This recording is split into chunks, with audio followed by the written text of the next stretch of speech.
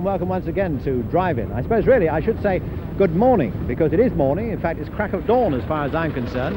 About 7:30 in the morning at Hyde Park by the Serpentine for the beginning of one of the more nostalgic moments in motoring history. I nearly said it was the old Crocs race to Brighton, but I'm quite sure if any of the enthusiasts heard me say that, I'd get a valve spring straight through me rocker cover. In fact, it is the RAC commemoration run to Brighton, because none of the cars are old Crocs and it isn't a race, but you'll see what I mean in just a moment.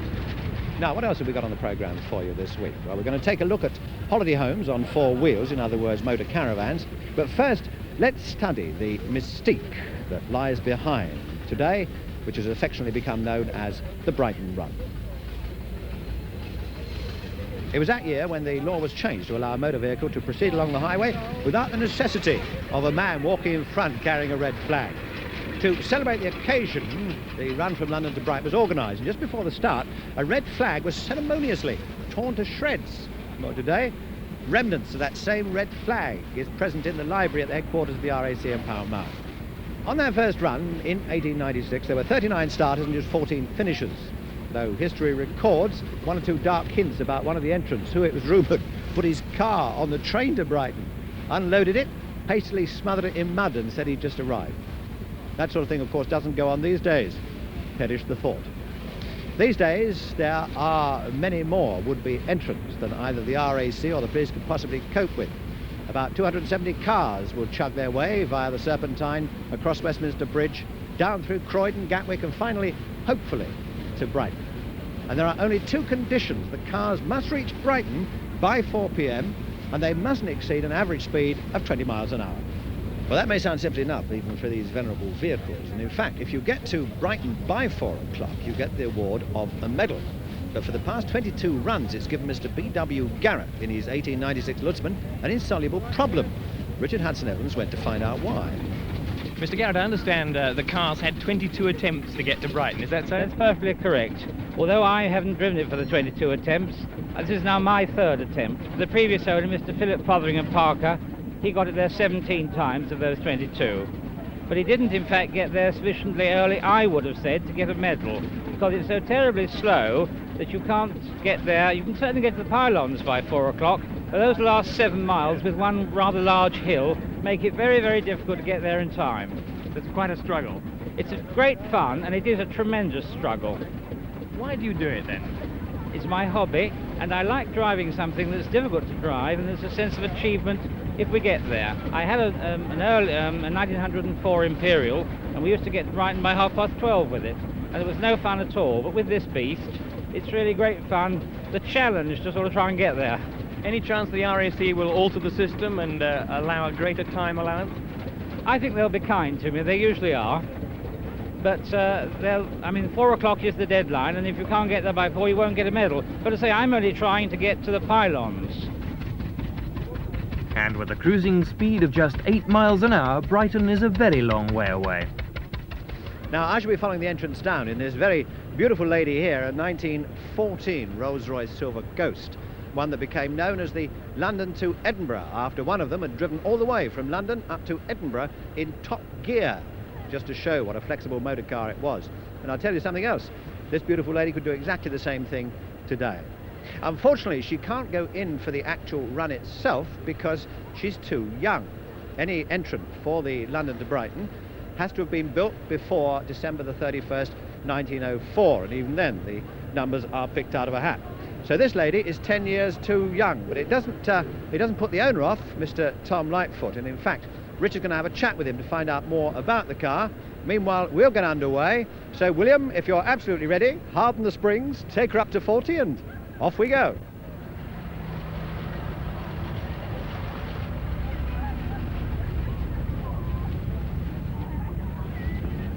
Mr. Lightwood, thanks very much for loaning us your old Rolls-Royce to cover the run. But you're actually on the run itself. What are you driving? Well, I must put you right a little bit. It's not really my old Rolls-Royce, it's my wife's old Rolls-Royce, you see.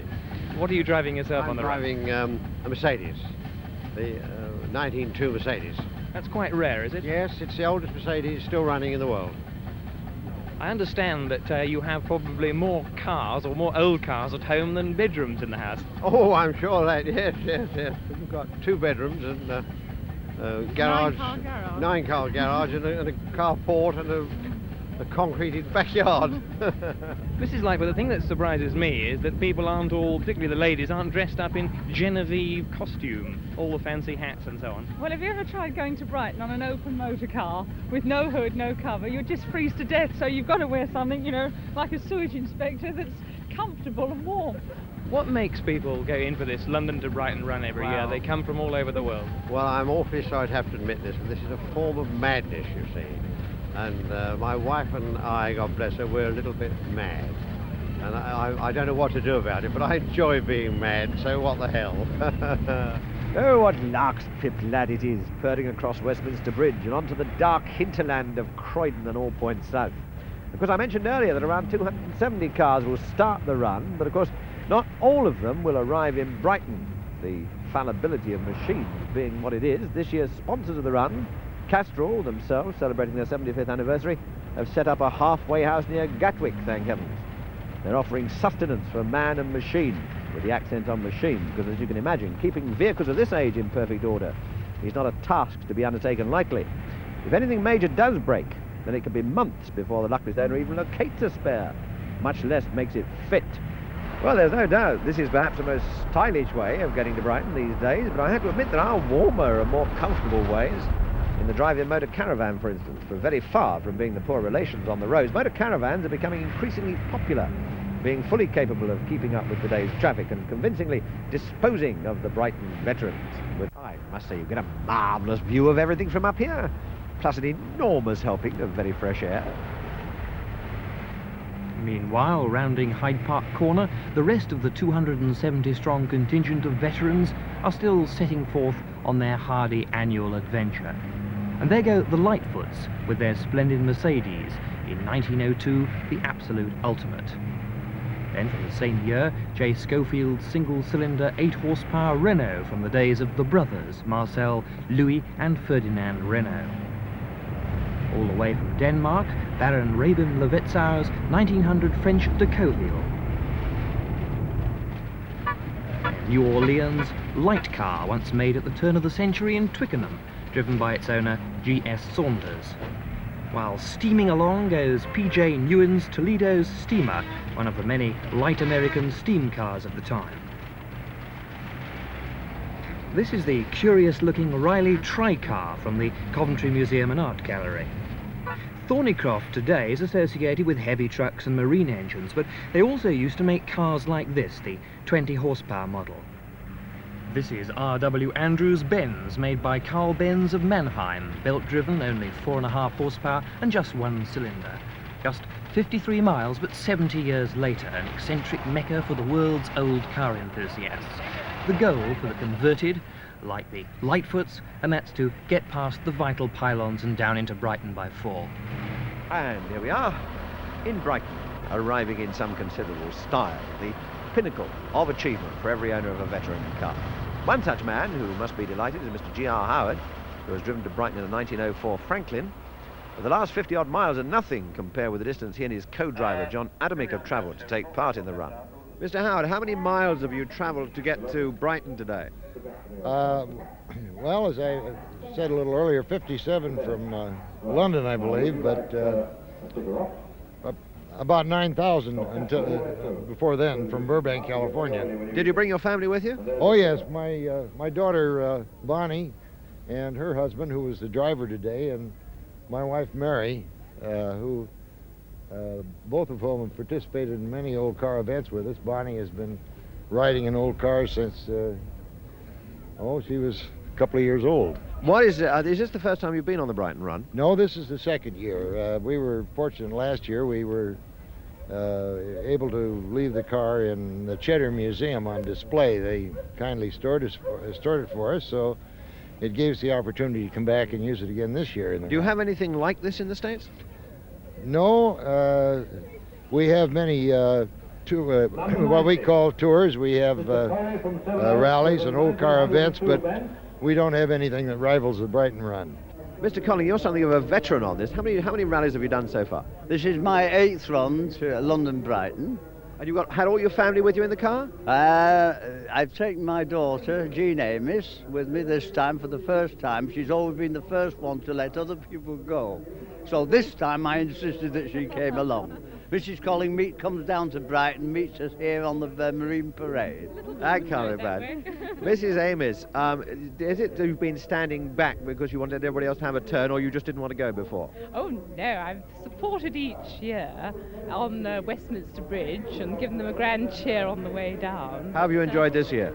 Very enjoyable indeed. Apart from some water leaking from the radiator, we've had a very enjoyable run down. Where was your leak? Pardon? Where was your leak?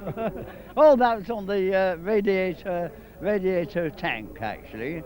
And unfortunately, on the bottom plate came attached, even in Hyde Park itself, which was most disappointing. However, we carry a gallon spare of water, and we managed to get through nicely with about 3 gallons. Now, what sort of car is it, Mr. Colling? 1904, Didier and Bouton.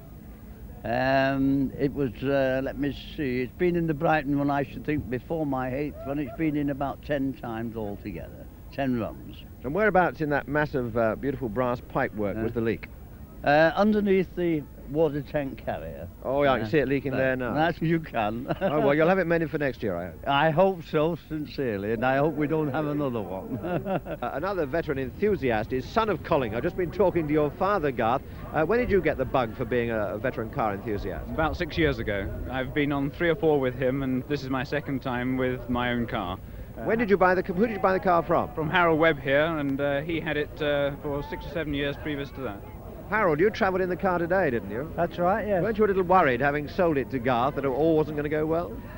Yes, a bit. Did it all go well? Went very well indeed, yes. No troubles at all? I enjoyed it. I was a passenger for the first time. I've driven since '61 each time, and the first time as a passenger, and I enjoyed it very much. Did you run into any troubles at all, Garth? Yes, we had the exhaust pipe fall off the manifold, and we had to have that sweated on at Red Hill. But besides that, we've had no difficulty at all. Mark you, he's no fool, because you see who he's got travelling with him. A beautiful young lady over here. Your name is? Pam Lawton. Pam, you travelled down in the car. Were you at all worried when it started to go wrong? Not at all, no. Slightly worried about stopping on some occasions, but that's all. And what about all that rain? You're looking absolutely immaculate now. Didn't you come through the rain? Yes, we did, but we've got the roof, so we were slightly protected. Well, of course, Brighton Run wouldn't be the Brighton Run without Lord Montague and one of his fabulous cars from his museum. Lord Montague, how did you find the run down this year? Very good, really. I think there was almost less traffic than usual, but the roads have improved considerably in the last few years, and therefore the run gets some ways easier each year. Actually, it's extraordinary you should say that, because I found a hell of a lot of traffic in the car I was travelling in. Maybe you got ahead of it all. I did. I started quite early on. That's a great art, is to get out of London quickly. Because I was going to wonder if you were going to sort of extend the age of cars a little more, maybe go up to 1914 as these boys get older and older. No, not at all, because you see, there's about 1,000 cars eligible to go in the run now. It's restricted to 250, so they certainly would not want to extend it at all. Well, Lord Montague had a pretty famous racing driver as his co-driver, Jackie Stewart, and following close behind was yet another famous name from the world of motoring, Phil Hill. Phil, how did you enjoy the run? I would have enjoyed it a bit better if our car would have run a little bit better. We didn't have any incidents that really made us stop, but it was touch and go the whole way. The sort of worries that if you'd had it happening to you on the track, you'd have got a little bit nervous about it. Well, it didn't happen to me on the track, and I was nervous about it. So. What about speed? Do you mind travelling at that slow speed? No. Speed is relative to the vehicle that you're in, and there were down some of the hills in a car of this sort, it gets a little hairy, doesn't it? Well, from draft the ancient to draft the modern, I'm on my way back to London. I hope you've enjoyed this trip on the Brighton Run, and thank heavens my voice just about lasted out. I must confess I've had a ball. The only thing that does worry me is Mr. Garrett in the Lutzman. You remember the guy we met at the beginning of the programme? Do you think he's going to get his medal this year? I hope so, don't you? He's only got 5 minutes to make it. Oh well, let's all hope for the best, shall we? See you next week on Driving. Bye-bye. Bye.